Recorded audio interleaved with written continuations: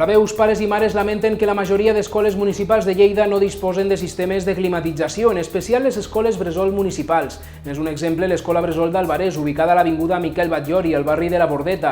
En aquest centre educatiu, els nens i nenes de 0 a 3 anys estan sense aire condicionat en plena onada de calor. A més, durant els mesos de juliol i agost, en aquesta escola s'organitza l'activitat Estiu per a Petits, on els infants estaran sense climatització de 8 del matí a 5 de la tarda, patint una calor asfixiant a les aules, on s'arriben a registrar temperatures de més de 30 graus. Pares i mares afirmen que els nens surten suats com a pollastres i en alguns casos fins i tot amb febre.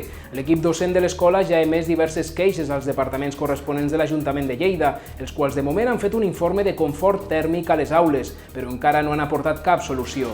A hores d'ara, els professors de l'escola bressol d'Alvarès fan tot el que poden per garantir el benestar dels infants, com ara ventilar les aules, hidratar els alumnes i deixar-los amb la mínima roba possible. Des de la regidoria d'Educació s'han repartit petits ventiladors portàtils en algunes escoles municipals que s'han queixat, però els pares i mares dels alumnes consideren que aquesta no és la solució, ja que aquests aparells no climatitzen i fan molt soroll. És per aquest motiu que reclamen la instal·lació d'un sistema de climatització eficaç per tal d'evitar cops de calor com el que va patir un nen de 9 anys aquest dijous a l'escola Parc de l'Aigua. L'alumne es va desmaiar al gimnàs del centre educatiu a causa de les elevades temperatures.